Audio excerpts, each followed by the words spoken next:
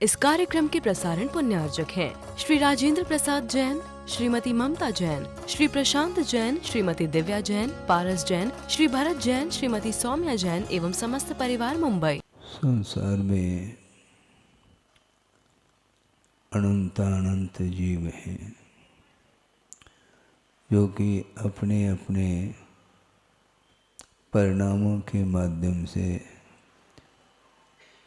कर्म का बंध करता है और उसके फल को भोगने के लिए विभिन्न गतियों में जाकर के विभिन्न पर्यायों को प्राप्त करके उस बंधा हुआ जो कर्म है उसका जब उदय आ जाता है भिन्न भिन्न निमित्तों को लेकर के, तो उसका फल का भोक्ता वह स्वयं होता है संसारी प्राणी। कर्मबंध करने वाला भी स्वयं ही है और उसके फल का भोक्ता भी वह स्वयं ही होता है। किसी के द्वारा सुख और दुख पहुंचाया नहीं जा सकता, क्योंकि कर्म का फल मिलता है और उस कर्म के फल के लिए अनेक प्रकार के निमित्त मिल सकते हैं, किंतु उन निमित्तों का मिलना अलग वस्तु। अंतरंग जो कर्म का उदय है वह बलवान माना जाता है। तीव्र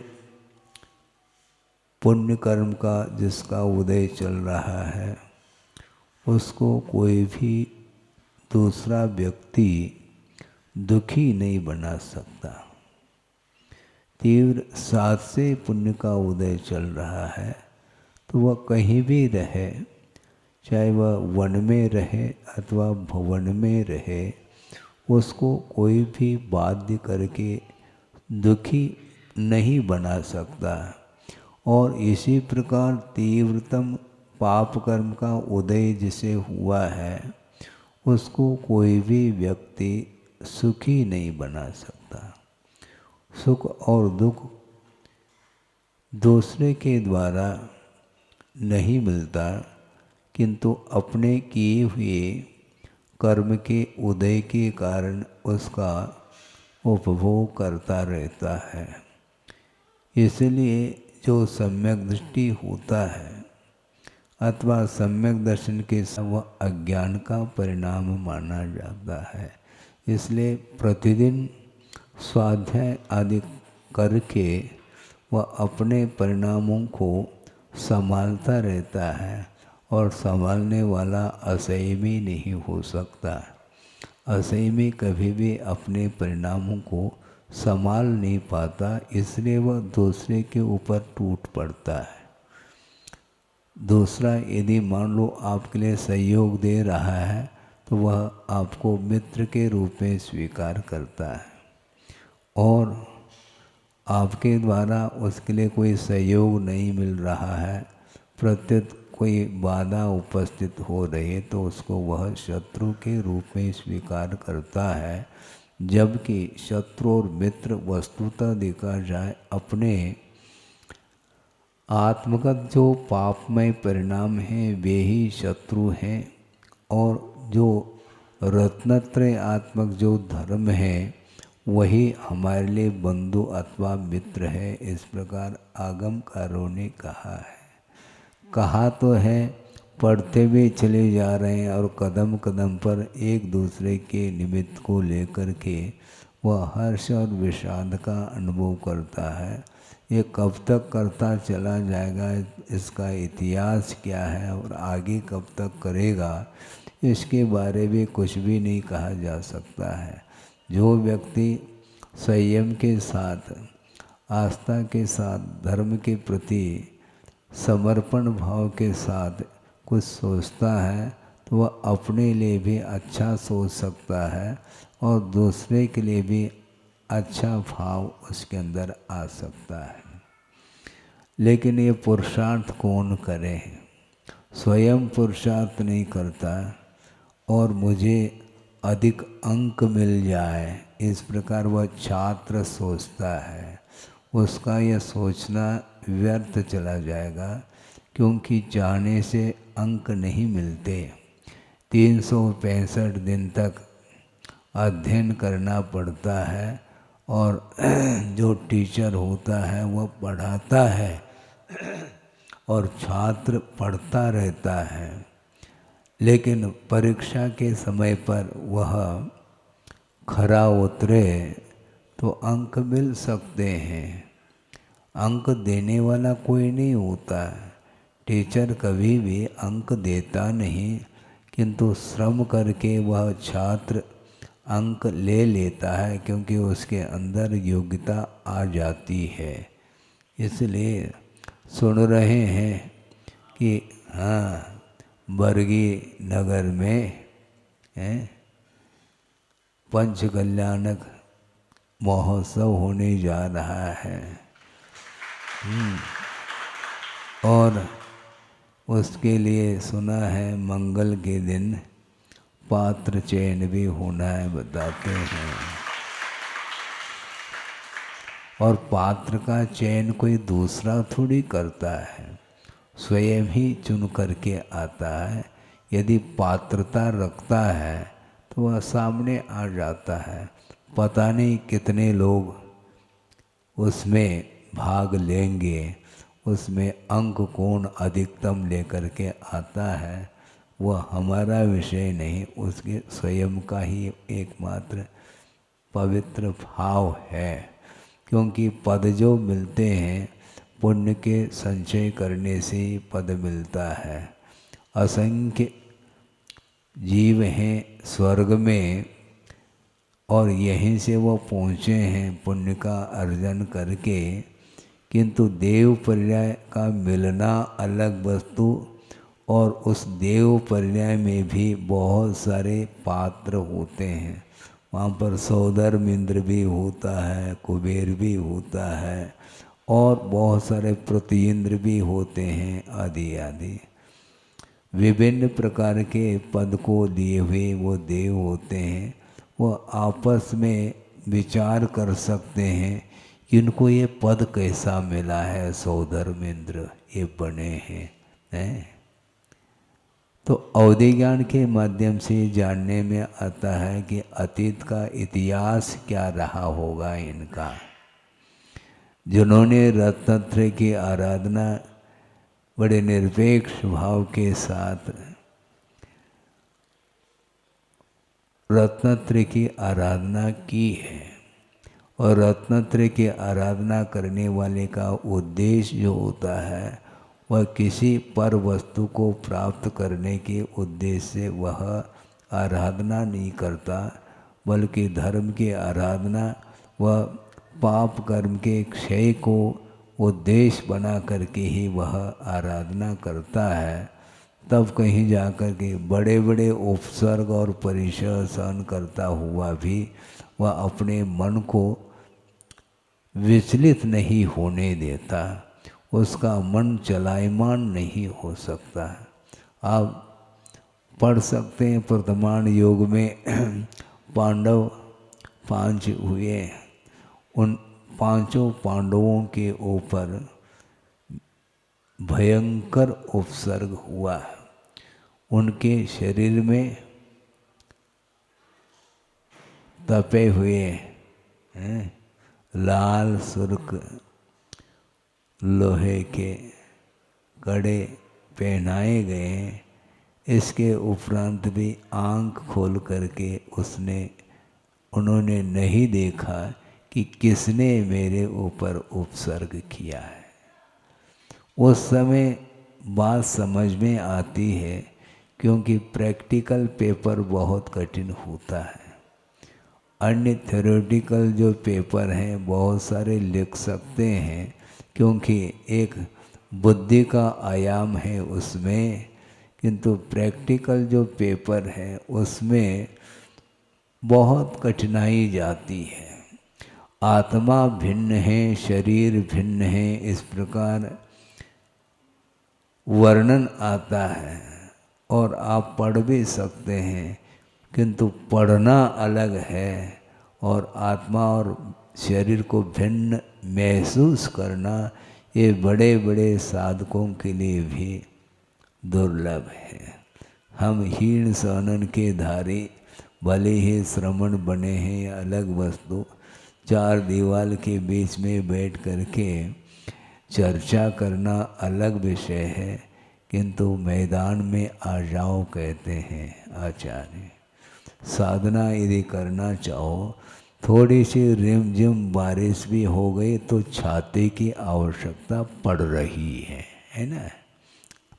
और भयंकर उपसर्ग होने के उपरांत भी आंख खोल करके देख नहीं रहे कि मेरे ऊपर उपसर्ग कौन कर रहा है, क्योंकि आंख खोलने की इसलिए आवश्यकता नहीं पड़ती उन्हें, क्योंकि निरंतर उनकी दृष्टि अपने कर्मों की ओर जा रही है। हमने अतीत में कर्म किए हैं, किसी न किसी व्यक्ति विशेष के प्रति जो दुर्व्यवहार किया है, दुष्कृत्य किया है, पापमय परिणाम किए हैं, उसका परिणाम वर्तमान में निकल रहा है। इसलिए दृष्टि नासापे धरे जिसको बोलते हैं और ध्यान में लीन है, उनका उपयोग अन्यत्र नहीं जा रहा, एक क्षण के लिए भी नहीं जाता, क्योंकि अंतरंग जो कर्म है वो फल दे रहे हैं। वो फल क्या देते हैं? फलदान देने की शक्ति जो आई है वो अपने ही परिणामों के द्वारा उसमें आई है। इसलिए मेरा दोष है, दूसरे का कोई दोष नहीं है। मैं अपराधी हूँ, दूसरा कोई भी अपराधी नहीं हो सकता। इस प्रकार कौन सोच सकता है? प्रत्येक व्यक्ति की वर्ष की बात नहीं। जिन्होंने संयम को अंगीकार किया है वही इस प्रकार सोचता है, और जिन्होंने भी संयम को अंगीकार किया है उन्हें इसी प्रकार सोचने के लिए कहा जा रहा है। पुण्य और पाप का संचय हम उसका कर्ता स्वयं ही है। समय समय पर वह हर्ष विषाद करता ही चला जाता है, करता ही चला जाता है। और करुणा के साथ गुरु कह रहे हैं, इसके उपरांत भी उनकी वाणी की ओर उसकी दृष्टि नहीं जाती और वह करता है।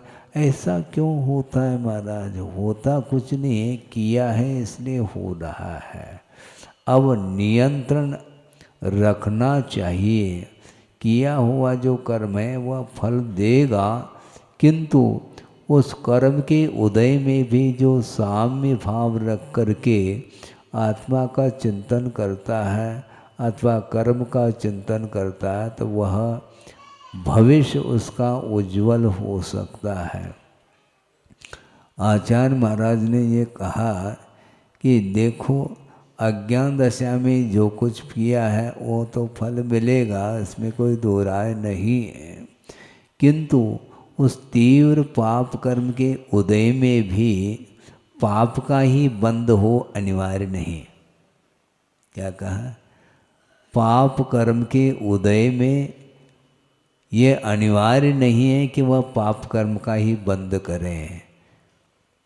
असाता का तीव्र उदय हुआ है, उसमें भी वह साम्य भाव रख करके साधना करता है, आत्म साधना करता है, वह पुण्य का अर्जन करता है, साता का बंद कर सकता है। और साता के उदय में वह असाता का बंद कर सकता है। क्यों?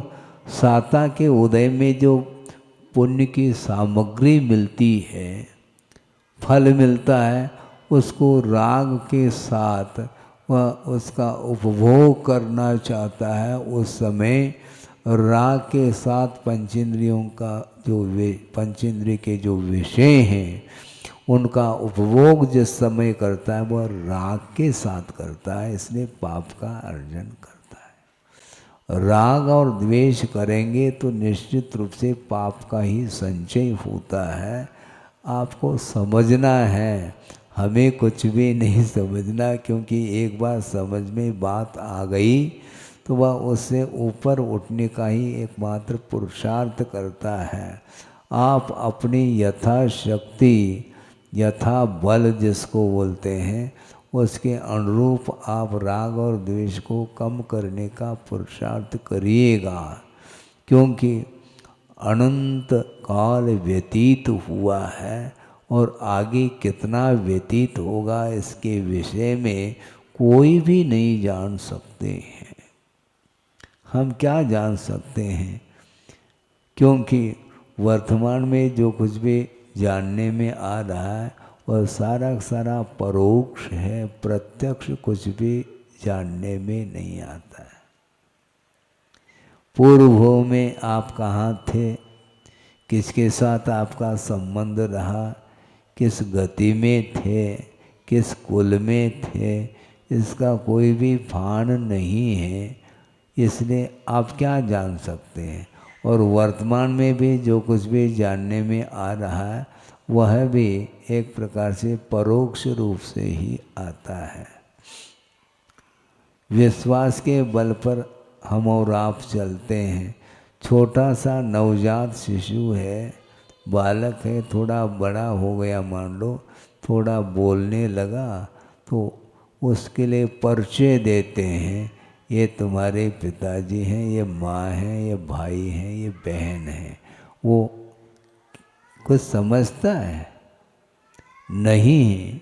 मान लो जो रियल पिताजी हैं वो नहीं हैं और दूसरे को ये कह दिया ये तुम्हारे पिताजी हैं, तो हाउ, उसको कुछ भी ज्ञान नहीं है, क्योंकि आपके ऊपर वह विश्वास रख रहा है।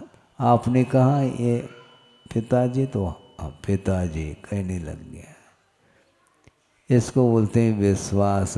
प्रत्यक्ष किसी को भी कोई ज्ञान नहीं हो सकता, इसलिए वस्तुतः देव गुरु शास्त्र के प्रति श्रद्धा रखने से ही कल्याण होने वाला है, क्योंकि प्रत्यक्ष किसी को भी ज्ञान नहीं हो रहा है।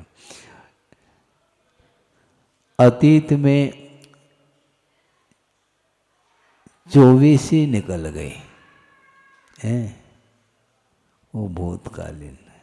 वर्तमान में 24 तीर्थंकर हुए हैं। आपने एकाध तीर्थंकर का दर्शन किया है क्या?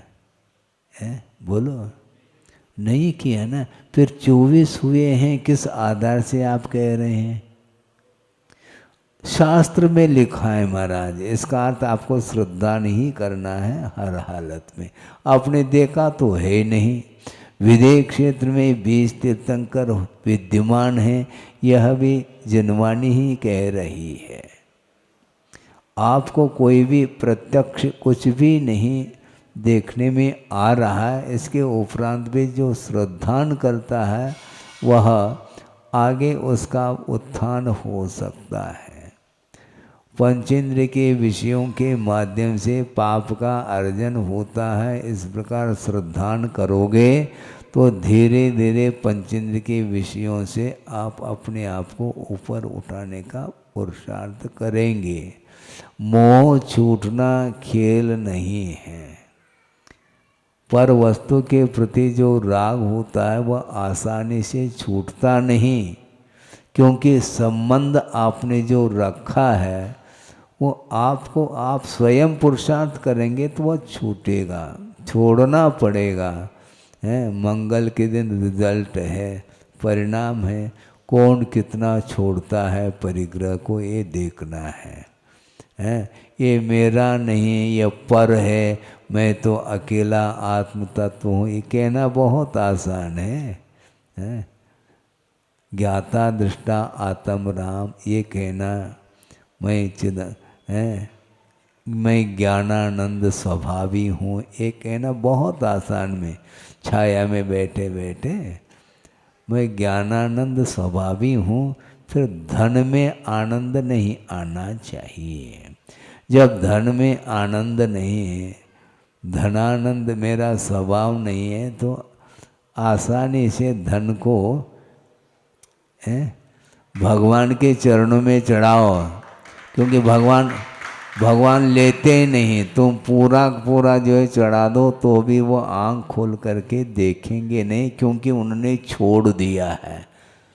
वो छोड़ी हुई वस्तु को क्यों देखेंगे? किंतु संसारी प्राणी बटोरना चाहता है। एक चौवन्नी भी मिल जाए मान लो चौपात पर, वह छोड़ना नहीं चाहता है। वह झुक करके वह ले लेता है, क्योंकि उसके प्रति उसका राग बना हुआ है। इसलिए राग ही संसार के लिए कारण है, बंध के लिए कारण है। बंधन से मोक्ष को प्राप्त करना है, बंधन से मुक्ति पाना है, तो राग को छोड़ना पड़ेगा। राग जो है ना चिपकता है वो।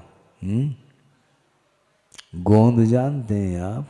हाँ, गोंद से दो पृष्ठ को चिपकाया जाता है, फिर चिपकने के बाद उसको पृथक करना चाहो तो वो पन्ना फट जाता है, किंतु वह छूटता नहीं। इसी प्रकार मान लो किसी को घाव हो गया है और ड्रेसिंग कर दिया, पट्टी बांध दी, फिर बाद में 2-4-6 दिन बाद उसको जब पुनः ड्रेसिंग करना होता है, उस समय उसको पट्टी को निकालते समय देखो आंखों में आंसू आ सकते हैं। उसी प्रकार ये राग इसी प्रकार की चीज़ है। पर वस्तु को राग के साथ परिग्रह का संचय करता है, फिर बाद में एक एक पाई के लिए उसको सोचना पड़ता है मैं इसको कैसे छोड़ूं। लेकिन आचार्य कहते हैं तुम छोड़ो या नहीं छोड़ो, जिस समय अवसान होगा उस समय वह ट्रेजरी यहीं रहेगी। तिजोरी जोड़ी है आपने, तिजोरी में रखा है, वो यहीं पर संपदा बनी रहेगी। उसका स्वामी कौन होगा आपको ज्ञात नहीं रहेगा। एक समय में मरण को प्राप्त होता है तो पूरी हवेली, संपदा, पूरी प्रॉपर्टी यहीं रहेगी। किसके नाम से रहेगी? भगवान मालिक। और वह अकेला ही चला जाता है, वापस आता भी नहीं। वो गया यानी गया, और पूरा का पूरा परिवार के लोग जो हैं वो यहीं देखते रह जाएंगे। भले ही जो गया है उसको याद करके रोना धोना तो कर लेंगे, किंतु उनके साथ वो जा नहीं पाएंगे। अंत्येष्टि हो जाती है और वह शरीर राख राख हो जाता है, और सारे के सारे परिवार के लोग वापस आ जाते हैं घर। किसके? अपने घर। उसको अपना मानते हैं ना। अभी भी जो गया है वो वापस नहीं आएगा, फिर भी परिवार के लोग वापस अपने घर आते, उसको पुनः अपना मानते हैं। सामने देखने में आ रहा है कोई भी वस्तु पर वस्तु अपनी नहीं हो सकती है, किंतु जबरदस्त ऐसा मोह है उसको वहीं आना पड़ता है। इसलिए इस प्रकार के संसार के दृश्य को देख करके जो श्रवण होते हैं उनका वैराग और मजबूत होता चला जाता है कि वस्तु तो संसार में कुछ भी सारभूत वस्तु नहीं है। इस प्रकार आगम के माध्यम से ही हम समझ सकते हैं। यहाँ पर घड़ी नहीं रखी है,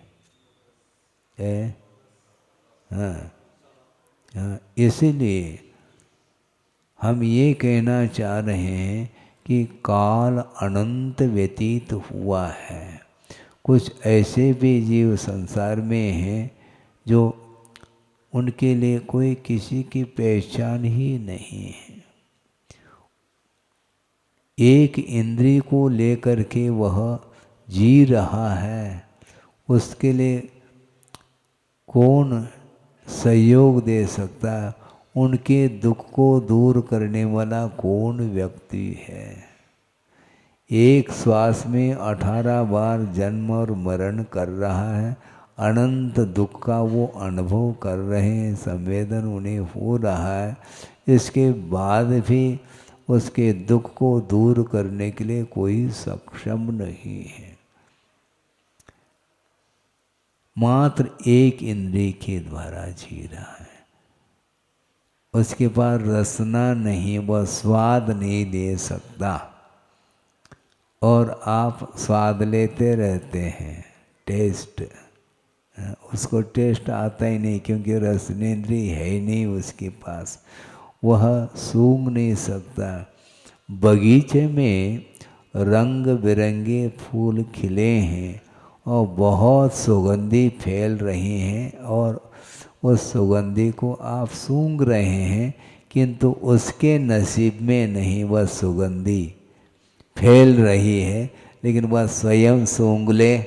गुलाब का फूल है, उसका उसकी सुगंधी वह ले ले, स्वयं नहीं ले सकता, क्योंकि एक इंद्रिय है, उसके पास नासिका नहीं, न रसनेंद्रिय है, न वह आँख है उसके पास। आप देख करके लट्टू हो रहे हैं, लेकिन उसके पास आँख नहीं, वो न किसी दृश्य को देख सकता है, न सूंघ सकता है, न स्वाद ले सकता है, केवल स्पर्शनेंद्रिय जन्य दुख का अनुभव कर रहा है। सीधा जा कर के आप फूल तोड़ लेंगे और उसको अनंत दुख होगा, और आप सूंघ रहे हैं और आनंद का अनुभव कर रहे हैं। इसी को बोलते हैं, इसको क्या बोलेंगे? धर्म ज्ञान बोलेंगे, हैं? इसीलिए आचार्यों ने कहा, पाप में जो परिणाम है वह रौद्र ध्यान माना जाता है। हिंसा, एक जीव का घात हुआ है, उसको अनंत दुख का संवेदन हुआ, इसके बाद भी वह फूल को सूंघ रहा है और वह आनंद का अनुभव कर रहा है, इसी को बोलते हैं रौद्र। हिंसा में आनंद, लेकिन महसूस नहीं होता। आमतौर से होता है क्या किसी को? सीधा सीधा फूल तोड़ करके वह सूंघता रहता है और उसमें उसको सुख मिल रहा है, इसको बोलते हैं। दूसरे को तो दुख मिला, उस ओर दृष्टि नहीं, और उसका सेवन करके वह सुखी होना चाह रहा है, इसको अज्ञान बोलते हैं। एक कांटा आपको गड़ गया मान लो, तो आंखों में आंसू आ जाता है और सीधा सीधा उस फूल को तोड़ दिया, प्राण चले गए उसके, और अपन क्या समझ रहे हैं उस चीज़ को? ये सम्यक दृष्टि के दृष्टि में भी ये बात नहीं आती। श्रद्धान अलग वस्तु, वह श्रद्धान रखे रहो, वो प्रयोग में नहीं आ रहा है। और प्रयोग में जो आएगा वो बिना संयम के संभव नहीं है। श्रद्धान जरूर कर लिया है कि ये शरीर पृथक है, आत्म तत्व पृथक है, इस प्रकार श्रद्धान करना अलग वस्तु, और उसके अनुरूप वह अपने जीवन को बनाता है और बहुत साधना उसकी मानी जाती है। संसार में उसको कोई भी चीज़ अच्छी इसलिए नहीं लगती क्योंकि अच्छी लगती है, ग्रहण करने के लिए चले गए तो हिंसा होगी। इसलिए पाप से जो डरता है, जो पाप भीरू होता है, वही धर्म की आराधना कर सकता है। ये सब कुछ आगम में लिखा हुआ है, आगम के आधार से ही कहा जा रहा है। इसके बाद भी पुनः वही करता चला जाता है, रिपीटेशन। ये सारे सारे विषय भूल जाता है, तत्काल भूलेगा, पुनः उसमें ही वह रम जाता है। इसलिए राग को समाप्त करने के लिए आपको पुरुषार्थ करने के लिए बार बार कहा जा रहा है। जो जितना पुरुषार्थ करेगा वही अपने संसार को समाप्त कर सकता है। अनेक प्रकार के कषायें होती हैं, वो सारे सारे संसार के निर्माण के लिए कारण हैं, ऐसा कहा है। जो जितना कषाय को कम करना चाहेगा। कोई क्रोध कर रहा है तो आपको कषाय देखने में आती है, किंतु कोई लोभ है, मान लो लोभ देखने में, लोभ का अच्छा मानते हो, ये कितना क्रोध कर रहा है देखो महाराज। अच्छा, लोभ ठीक है फिर है? क्रोध तो देखने में आ रहा, क्रोध के माध्यम से क्रूरता देखने में आती है, किंतु इससे भी क्रूरता लोभ के द्वारा होती है। हाँ, लोभ के माध्यम से वो दूसरे के जीवन को कुछ समझता ही नहीं। हाँ, और ये देखा जाता है भाई भाई के बीच में, पिता पुत्र के बीच में, ये सब चलता है। किसके कारण? केवल पर वस्तु के कारण ऐसा होता है। मैं ही इस संपदा का स्वामी मैं ही बनूं, इसमें बंटवारा नहीं होनी चाहिए, क्योंकि बंटवारा हो जाए तो हिस्सा हो जाएगा तो हमारे लिए 1/4 आ जाएगा। 4 व्यक्ति है तो बट जाएगा। इसलिए एक व्यक्ति सोचता है कि इन 3 को समाप्त कर दिया जाए तो पूरा का पूरा मालिक मैं हो जाऊंगा। ये क्या है? ये लोभ, और लोभ के कारण ही हिंसा हो रही है। हाँ, और लोभ के कारण ही वह क्रोध करता है, क्योंकि आसानी से जो है ना मिलने वाली थोड़ी चीज़ है। इसलिए वह अपने व्यक्ति को भी पराया जैसा मान करके उसके घात करने के लिए भी वह तत्पर हो जाता है। इसलिए इस प्रकार का राग कभी भी नहीं करना चाहिए, क्योंकि स्थानीय आप हैं, बरगी वाले कहीं जाने वाले थोड़ी हैं। और 2-4 लोग बाहर के दिख रहे हैं जबलपुर वाले, और तो उनके लिए तो 6-6.5 महीने मिल गए हैं। फिर भी धर्म के प्रति रुचि तो बनी है, अच्छा है। मैं ये कह रहा था कि वस्तुतः पर वस्तु के प्रति जो स्वामित्व का भाव है वो ठीक नहीं माना जाता है। जितना आवश्यक है उतना आप लें, बाकी और की जो भूख है वह ठीक नहीं है।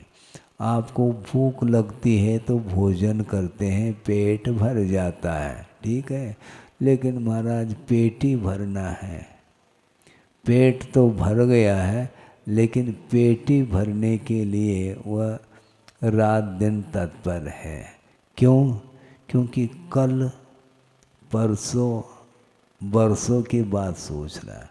अभी तो पेट भरा हुआ है, लेकिन कल के लिए क्या होगा, चिंता है। वर्तमान में जी नहीं सकता संसारी प्राणी, उसको बरसों की चिंता बनी रहती है। और कहता जरूर है, क्या कहता है? सामान 100 साल का, पल की खबर नहीं। बस ये उक्ति तो शायद सबको रटी हुई होगी, पल की खबर नहीं, सामान 100 साल का, फिर भी वह कमाने में लगा हुआ है। कहना अलग है और करना अलग है, कथनी करने में बड़ा अंतर है। किंतु पापमय परिणामों के माध्यम से संसारी प्राणी का पतन होता है। कम से कम यह श्रद्धा का भी विषय बन जाए तो निश्चित रूप से वह पतन के कारणों से ऊपर उठ सकता है, और उत्थान के जो उन्नति के कारण हैं उनको वह अपनाता चला जाता है, तो उसका विकास हो सकता है।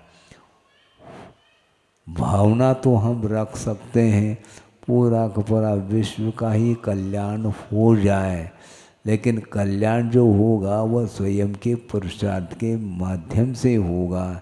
पुरुषार्थ आपको करना चाहिए। हैं कितने प्रकार के पुरुषार्थ हैं?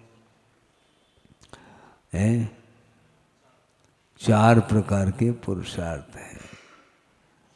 उसमें अर्थ पुरुषार्थ, काम पुरुषार्थ, धर्म पुरुषार्थ, मोक्ष पुरुषार्थ, ये 4 हैं। लास्ट में मोक्ष रखा है। पुरुषार्थ करो, धन का अर्जन करते हो तो केवल भोगने के लिए नहीं, किंतु अपने जीवन यापन करने के लिए आजीविका के दृष्टि से जितना आवश्यक है उतना रखें, और अनावश्यक ठीक नहीं। क्योंकि आवश्यक वित्त का उपार्जन जब करते हैं तब भी पाप होता है, तो अनावश्यक जो कमाएंगे तो उसका जो पाप है वह कैसे धो पाएंगे आप? नहीं धो पाएंगे।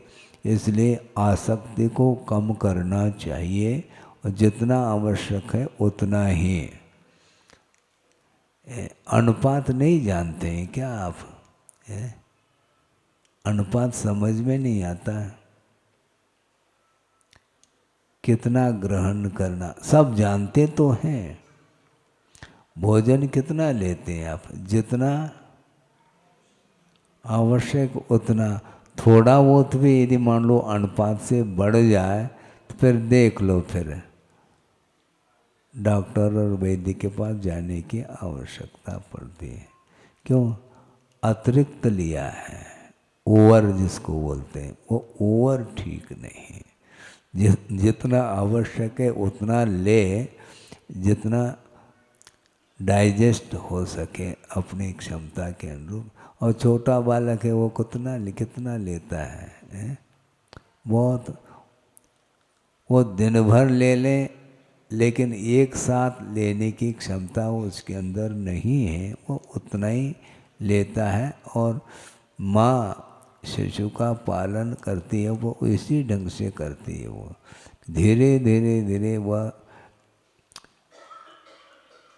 उसका शरीर बढ़ जाता है तो क्षमता बढ़ती चली जाती है। उसी प्रकार आप लोगों को चाहिए जो कुछ भी आपके पास संपदा है उसका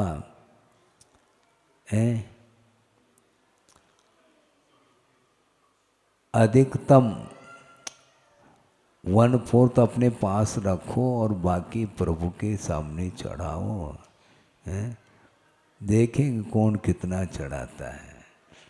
कल एक दिन बीच में है, मंगल के दिन सुन रहे हैं कि पात्र चयन होना है। कौन कौन आगे आते हैं?